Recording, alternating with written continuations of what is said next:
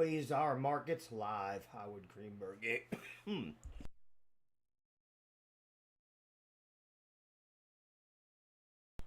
Excuse me, let's try that again. Good afternoon, Quasar Markets Live. You have Howard Greenberg here, your host. Going to take you home for the afternoon. It is 2 o'clock on the East Coast. We are seeing ourselves right now. The SPY is up about 1 point right here. Had made it up as high as, 547.71 before retracing here during the 1 o'clock hour. So seeing some indiscriminate selling just doesn't seem to make a whole bunch of sense. But bottom line is, we are continuing to step up here. We stepped up, came back down, stepped up, came back down, went up, came back down. So as long as we can keep that sort of step ladder going, keeps me in a bullish mood for the day. But we are losing a little bit of momentum here. You can still see. Same thing on the NASDAQ, the QQQ. Very similar. A lot of things trading pretty much in tandem today, which we don't see all that often. Dow Jones up about 1.14, so outperforming the others a little bit here, which is always nice to see. Right at a key support or resistance zone that you can see right here. It's been battling back and forth around this zone here for most of the afternoon. It did the same here back last Monday, so this seems to be about the area it likes to trade at on Mondays here. And the Russell is down about 0.67. So we do see small cap getting hit. We'll say seeing a bigger drop on the VIX. So we're starting to see a little more of, or less of a fear out there. Starting to see a little less volatility implied. I think it looks like we are trying to find a solid footing here. Try to work our way back up across markets. And that's starting to move VIX down. We had gotten as low as 1929, but right about that 20 level mark. Bitcoin doing really well this afternoon. It is slowing down a little bit. It did get rejected at its first attempt at 57, got to about 56,905 or so. We did point out that zone a little earlier today between 57 and 57,384 that I'm looking at there.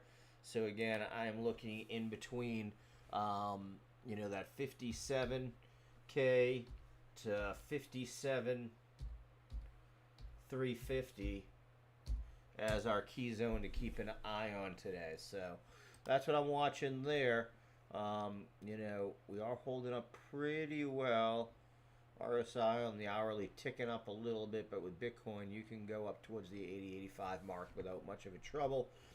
As you look at the heat maps under my lovely face here, you see that we are mostly in the green across the area. Excuse me. Google is down about 1.21% here. They are the outlier. A lot of that, I would have to say, has to do with the antitrust lawsuit that was announced today. But as we've talked about, a lot of those have just sort of gone by the wayside. Apple at 1:30, they started their Apple Day. I haven't tuned in at all. I'll catch the highlights, but we can see so far not a strong reaction to Apple Day, so that is definitely there.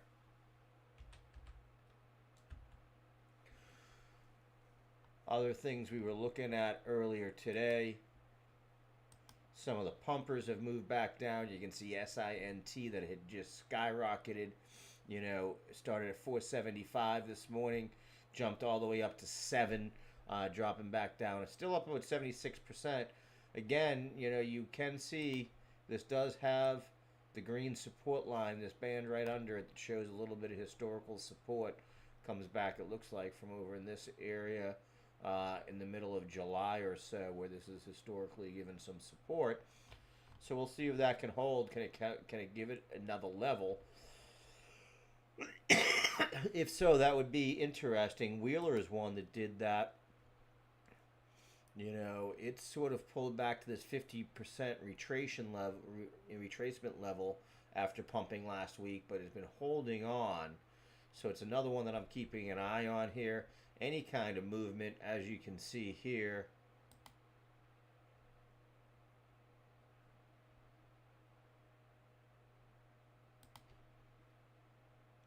You know, you're working on a little bit of a wedge here, right? If we can see the right move here, you know, we could get a nice little move to the upside. So that's what we're keeping an eye on here on Wheeler. So some of these, you know, micro pumpers, they've got legs, they're holding on. You know, you're not seeing them. This is what we would see back in the day in the memes. So I am still seeing that same form. In fact, you can see how it played out to a lesser extent on this move up too, right? And what we get there? I mean, that thing just skyrocketed when it went through it. You know, I don't think I would look to that kind of upside move here, but you know, we're looking pump. You could see it. It's next level on the daily charts to be the way. Whoops, that's the weekly chart. On the daily chart would be the next way that I'd kind of look to see where that next key resistance is.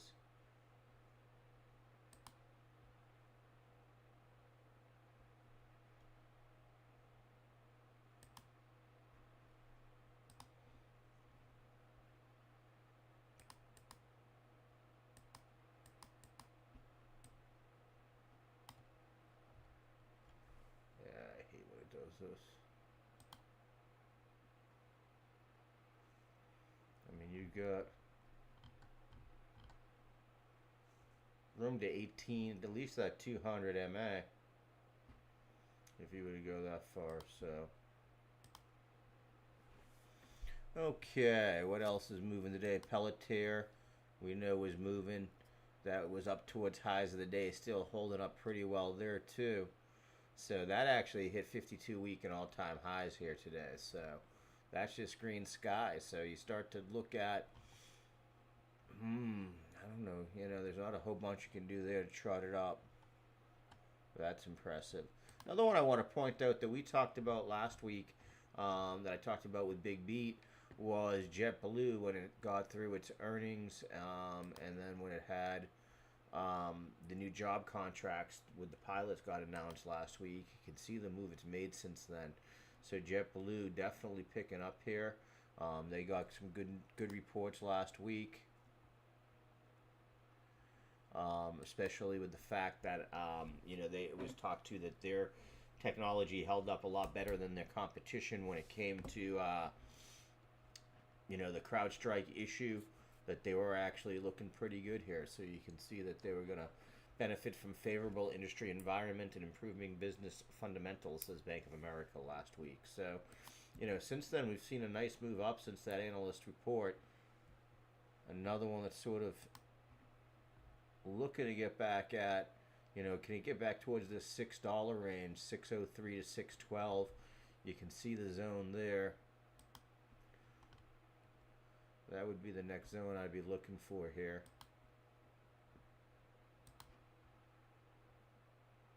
Start right about there. So you got room to run still into that area. Without a doubt, you still have some room up here. Okay, what else did we have on track for you here? We talked a little bit about Bitcoin. Was keeping an eye on SMCI, as I mentioned, another one. You know, got hit by that short sellers report. I'm gonna replay that short sellers report here in a few minutes for you folks. I do think it's a good one to kind of have.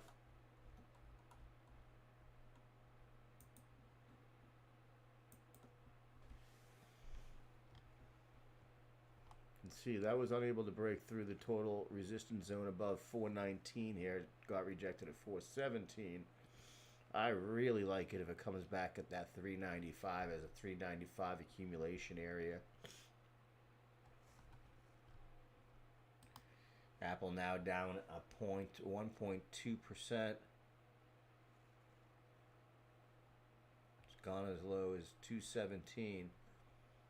Not a pretty looking chart here on the hourly right now.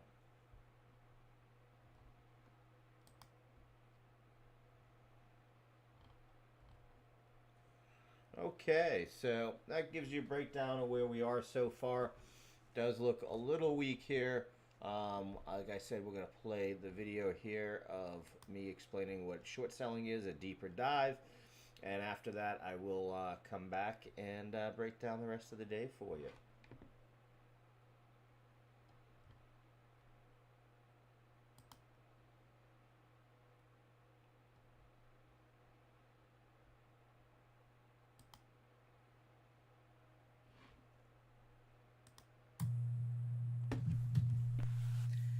Welcome, everybody. I am Howard Greenberg, your host and the Director of Education at Quasar Markets Live, and I'm here to do a deeper dive on short selling a stock.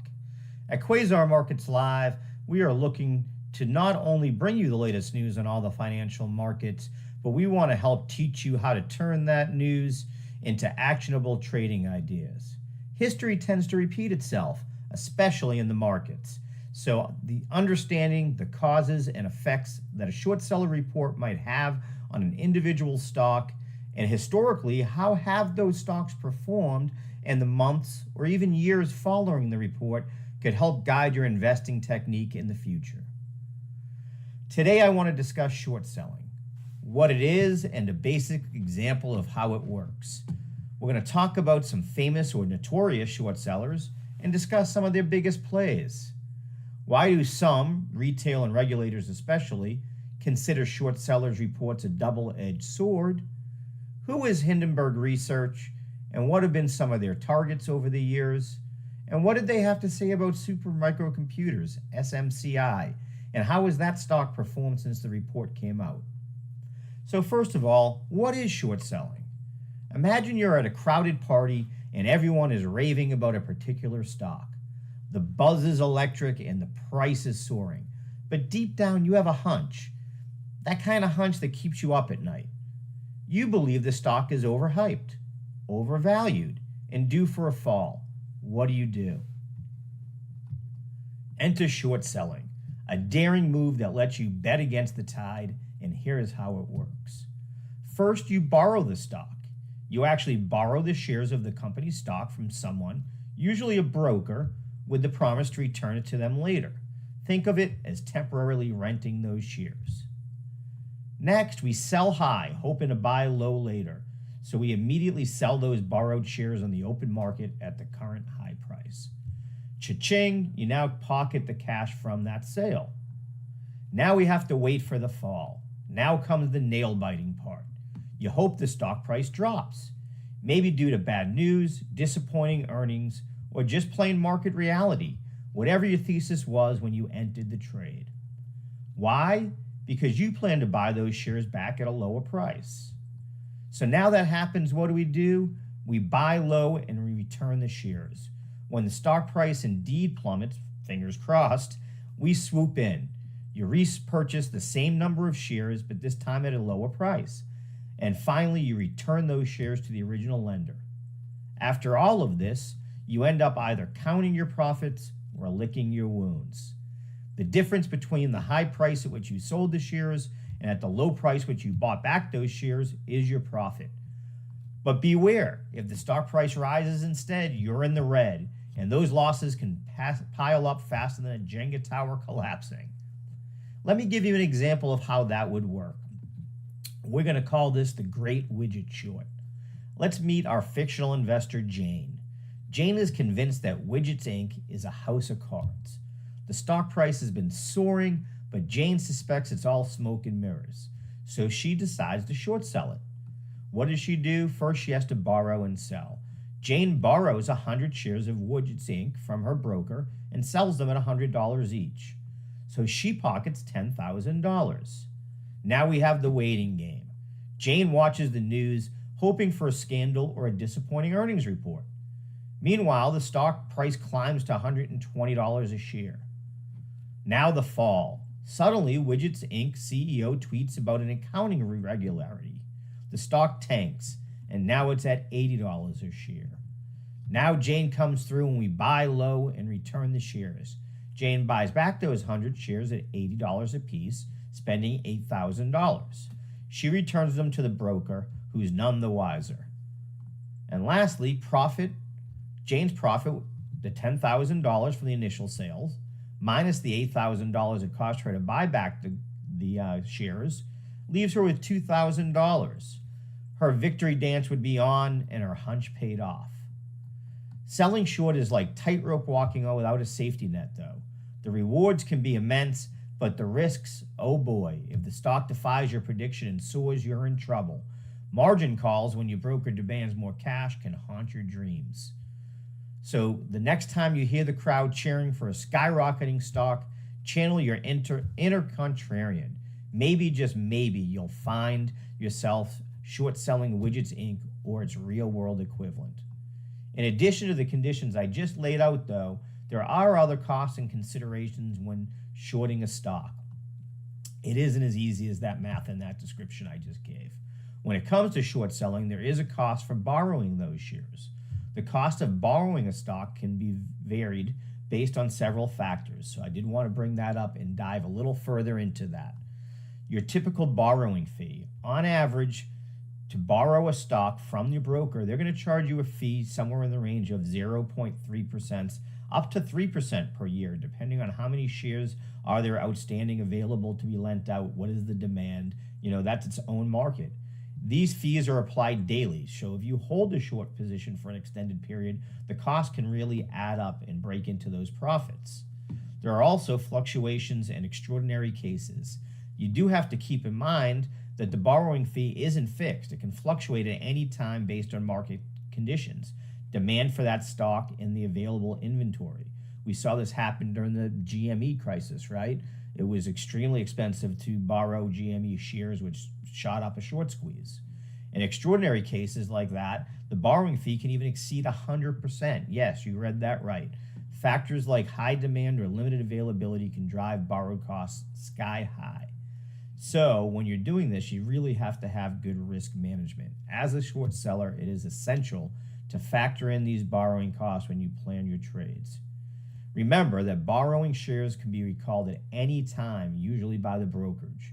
So, if you can't honor their margin requests, you're required to sell them or give them back those shares and close your short position at any time. And you see that happen. It's happened to even the biggest players. We saw it happen again to Melvin Capital during the GMEs. Stay informed. You need to always check the specific borrowing rates provided by your brokerage or trading platform. And if you're shorting a particular stock, you need to pay attention to those daily fees and any changes in the borrowing rates. In summary, short selling involves not only predicting the stock price decline, but also managing the costs associated with borrowing that shares. It's a dynamic game where staying informed and adaptable is the key. Remember, the market can surprise us at any time, so you got to keep that risk management strategy sharp and in place. I will also point out that short selling does require traders to look at individual securities or the market differently than traditional buy and hold investors. It's really a different type of mindset that you see. People who play this tend to be bears all the time. It's not something that just tends to be one trade out of 20. These short sellers, this is what they do. They tend to short the same way that a perma bear is always buying. They're always selling. So short sellers must be comfortable adopting an inherently pessimistic or bearish outlook, counter to the prevailing upward bias in the market. Especially right now, right? Everything seems to be going up, not necessarily today, but overall, we just hit, all-time highs in the S&P, the Dow, and NASDAQ. Short selling often allies with contrarian investing because short sellers focus on strategies that are out of the consensus with the most market participants. It's usually the outliers. When researching possible candidates for a short sale, traders typically focus on fundamental analysis of a company's financials to identify possible sources of weaknesses for the stock ahead. Technical analysis of the stock's historical trading patterns, or building a case for thematic weakness that will affect a sector of stocks. Some traders will short a stock while others will short a market as a whole via trading strategies that involve exchange-traded funds, ETFs similar to the SPY, QQQ, and others. Also, some traders use short selling as a hedge to minimize losses on existing long positions in the event of falling prices. In fact, we talk a lot about this recently with the perma bulls out there that you should have some shorts in your portfolio. If you're just geared one side too far, whether that be long or short. It's not usually a good idea. You should have some contrarian plays there. It says, while the steps inherent to shorting the stock are the same, the goal is somewhat different. Short selling as a part of hedging strategy will help protect some gains or mitigate losses depending on whether prices go up or down. What are some of the risks of short selling? It's very important to know those also. And the most obvious risk with short selling is that the price of the asset goes up when a trader expects it to go down. And then, to add to that, the longer you wait for a trade to become profitable, the more interest you must pay on your margin account, the more it costs you to borrow those funds, and the more risk you take on in the event the price continues to go up. You may also need to add more money into your margin account to avoid what's known as a margin call. As I mentioned earlier, at any time that you're not at a proper level, the brokerage can tell you that you need to return those shares and close out your position when the value of the securities in your account fall below a certain level. A final risk with short selling is what's known as the short squeeze, and this one can be the one that really can get you. This occurs when there's a price spike in a stock that has been heavily short sold, which puts pressure on the short sellers to close out those positions to minimize their losses. In doing so, those short sellers buying back the stock actually help spur further gains in the stock price. And that short squeeze is what we saw with GME, a little bit less with AMC, but those are, ones that you've seen that over the past. Tesla has caused a lot of short squeezes over the past where, these short sellers have been on the wrong end. Because of the associated risks of short selling and margin requirements, many traders want to steer clear of this advanced trading strategy. And a less risky alternative exists in the option market, where you could buy put options, which give the trader the right, although not the obligation, to sell the underlying stock at the stated price later. This option strategy offers traders a way to bet on falling prices with fewer risks. We will discuss this strategy more in upcoming videos. So now that we know what short selling is, let's talk about some of the traders that have utilized this technique with great success. Although I will point out on a lot of these folks, they used it to great success, but they also have lost and gained fortunes many times over the years. In fact, the first person I want to talk to is really the grandfather of the short. That is Jesse Livermore. He's often called the Great Bear of Wall Street, and he famously shorted the stock market in 1929, correctly predicting the crash and collecting about $100 million, which today is worth about $1.5 billion, so quite a win for Jesse. With that being said, he made fortunes and lost them multiple times throughout his life, and he actually died penniless. So, it's not as easy as it seems, and a lot of times it takes a lot of bets for these guys to win one. Another person that would be known for this would be George Soros, who is best known for his incredible short sale of the British pound in 1992, an event that led to the pound's devaluation. He made $1 billion on that trade, and it was said, that George Soros himself broke the pound. It's one of the more famous short selling events out there, and he's one of the people who definitely haven't lost that money afterwards. John Paulson is another one of the handful of traders that capitalized on short sales against the subprime mortgages in 2007. And we're going to see that there's a few guys that actually did it. Not everybody was on that side. Otherwise, it wouldn't have been a crash in 2007. But there was more than just Michael Burry, and we're going to talk about Michael in a bit here. But John Paulson, profited from the crash of the credit bubble, and his hedge fund book profited in excess of $15 billion during that 2007 crash. At the same time, David Einhorn was another trader that played this contrarian view on the market to profit. He was one that was very critical of Lehman Brothers for questionable accounting practices. And as he predicted, Lehman Brothers collapsed during the subprime mortgage crisis. And of course, I would be remiss not to include Michael Burry, known as the main character in Hollywood's The Big Short, the movie about the subprime mortgage bubble that led to the crash of the credit markets and took down Lehman Brothers at the same time. In 2005, Michael saw the bubble in the subprime mortgage and what he saw there is that there was all these attractive teaser rates that people had bought, mortgages based on, and the value of those loans were going to go in the tank when the higher rates took over after the initial period. He actually convinced Goldman Sachs and other investment firms to create and sell him what was called credit default swaps against those holdings. And when the market crashed, his hedge fund Skyon made its investors over $700 million and Burry over $100 million. And as you know, if you saw the movie, his investors wanted out and wanted his head for a while there before it all crashed down, and it shows you the amount of diamond hands you must have to be a short seller. It is not for the faint of heart. With that being said, with the tremendous profits that you've seen some of these short sellers make, somebody is always on the other side of every trade. And one of the things that you will hear a lot of, and you will see especially in the news, is, many retail traders on Reddit and Wall Street Bets and those folks, the majority of which tend to be permabulls, along with regulators and politicians that, feel the need to make sure that every investor is protected and feels that the, industry is against the little man.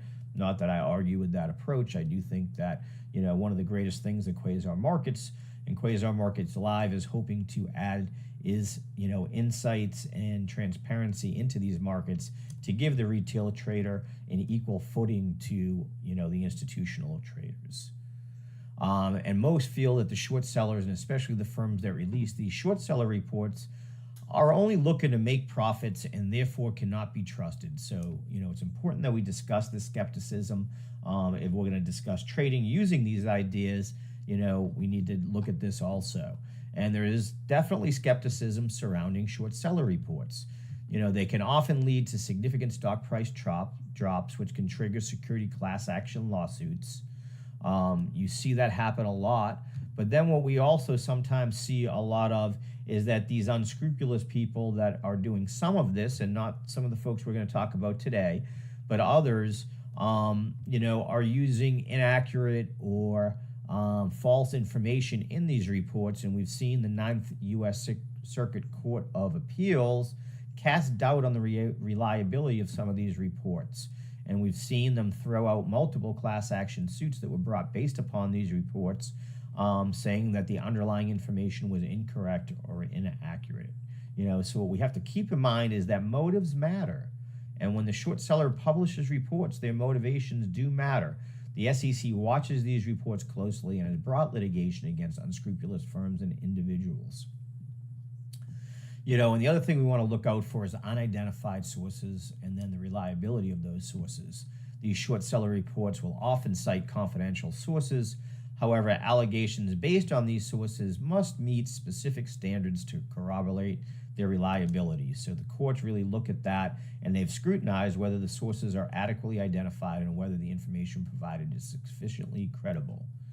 Another thing is educational value and the impact that some of these reports have. From an educational standpoint, short seller reports can be intriguing. I love reading through them. I have here on the screen, you can see Hindenburg's, report on super microcomputer. We're going to read through it a little bit and talk about that.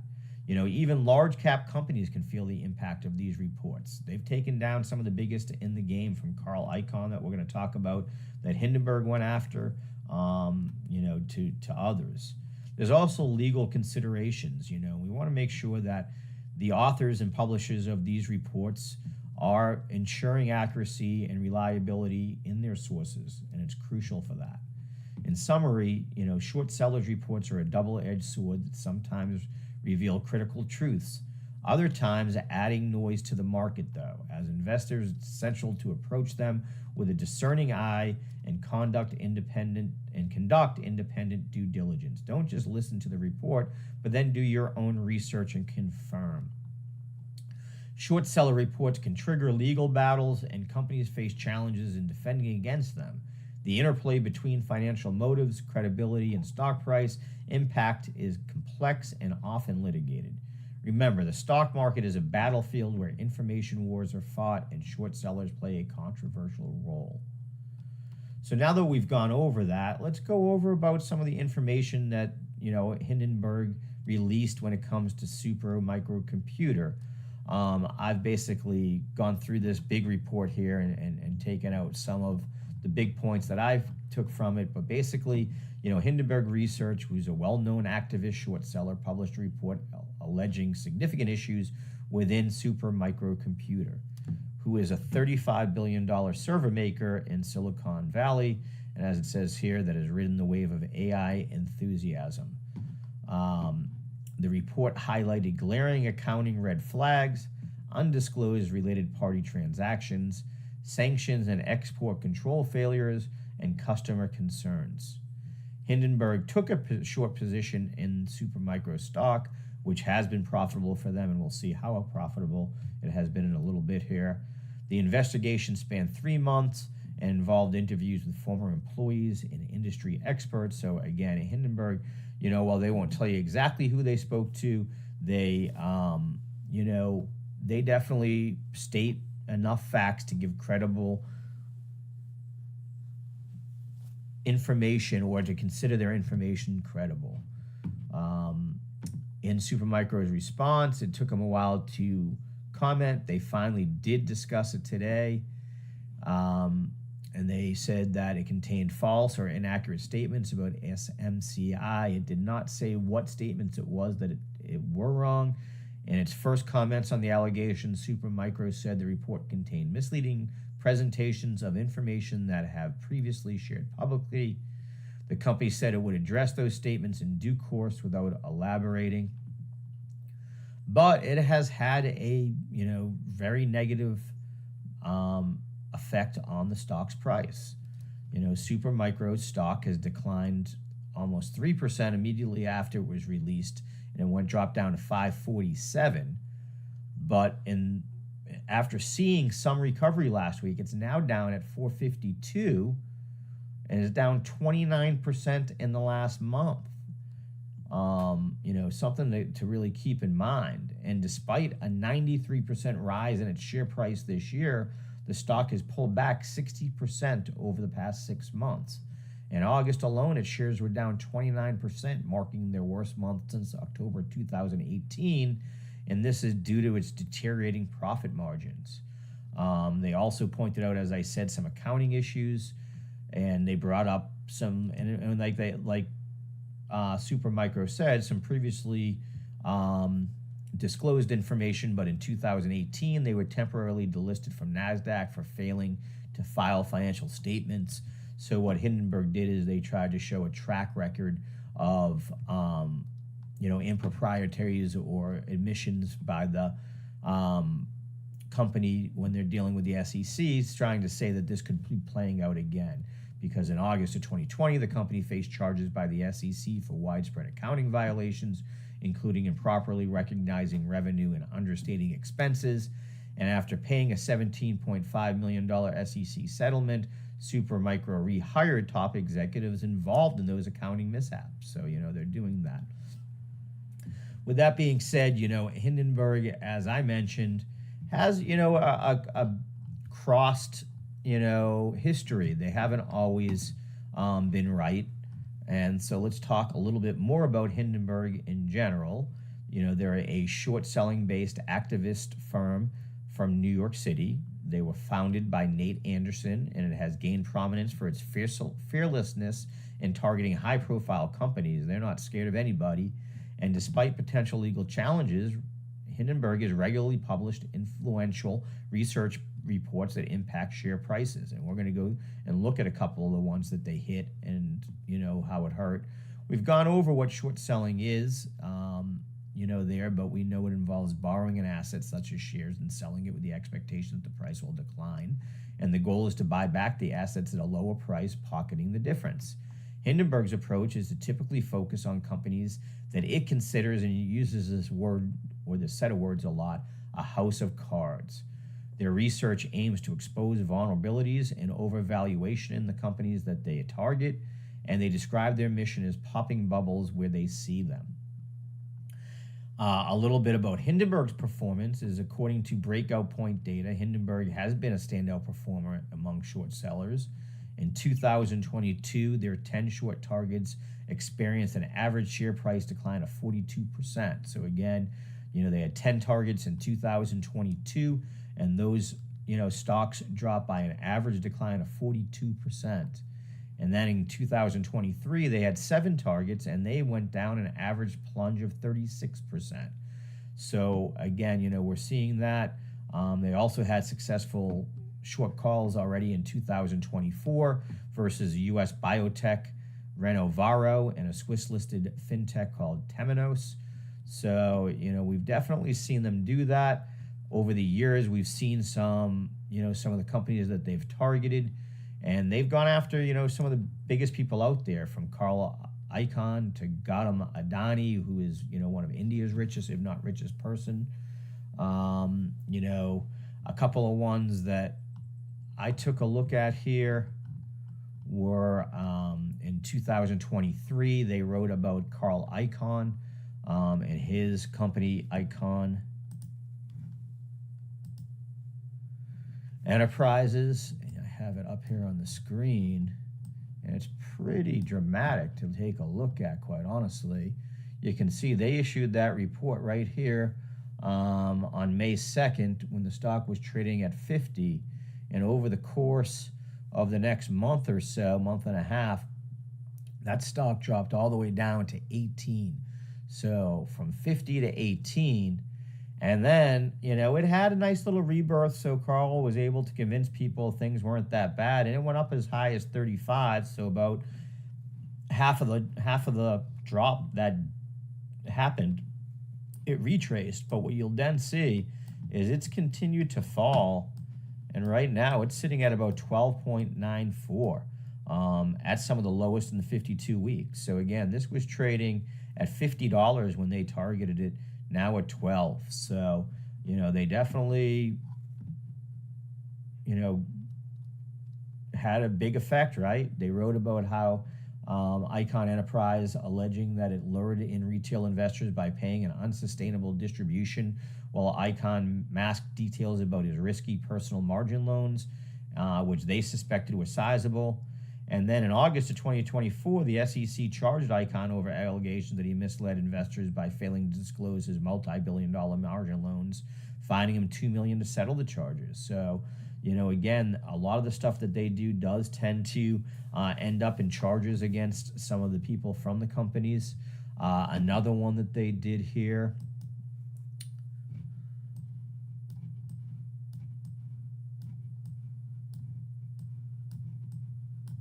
was Pure Cycle.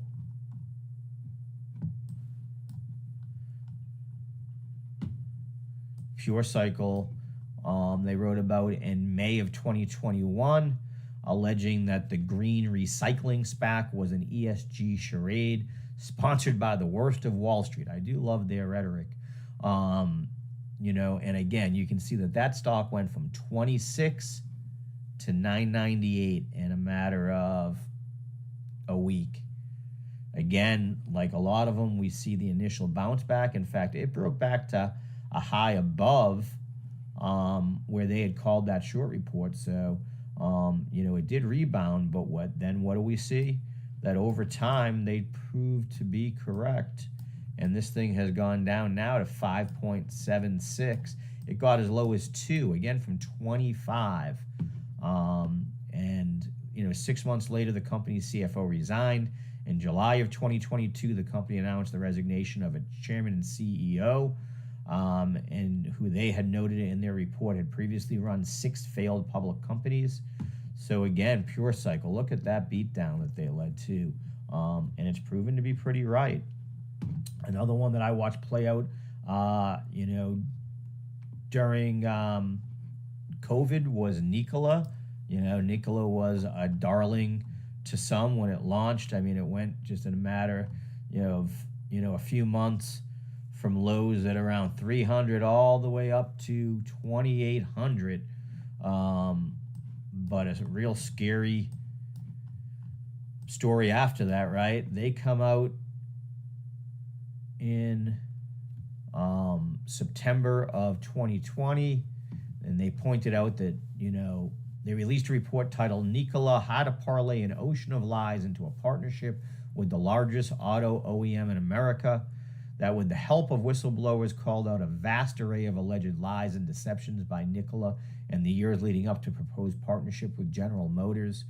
Among dozens of other issues, they pointed out that Nikola's promotional video meant to highlight the capabilities of its Nikola 1 semi-truck was nothing more than a truck being towed to the top of a hill in the Utah desert and then filmed rolling down, a claim the company later admitted. And that I remember that. I remember watching that video and being so impressed because I did think that EV semis, I mean, come on, we know with the price of gasoline, right? Everybody is complaining about it, that could be the future.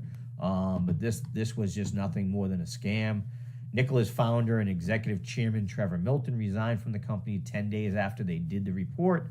Months later, around December of 2020, private investigators claiming to be journalists attempted to discern the identity of key Nikola whistleblowers, offering a meeting under false pretenses. The whistleblower worked with the Hindenburg to turn the tables, with the founder of Hindenburg pretending to be the whistleblower and secretly recording the meeting with hidden camera and audio equipment, outing the investigators in the intended deception. After that, Nikola's founder, Trevor Milton, was subsequently criminally indicted in July of 2021 on charges of security and wire fraud. And in October of 2022, a jury found Milton guilty on all 3 counts of fraud and later sentenced him to 4 years in prison. The whistleblower's identity was protected until trial, during which he served as a key witness for the prosecution. Their work has drawn attention and controversy, especially when they name short targets and present evidence against the companies or individuals. And again, Nikola down from 1,600 to 400. And now that stock's trading at $6.17. So, you have to say they have pointed out some of them, and it's fascinating how Hindenburg Research navigates this complex landscape. That's for sure. And if we take a look at what has happened with SMCI,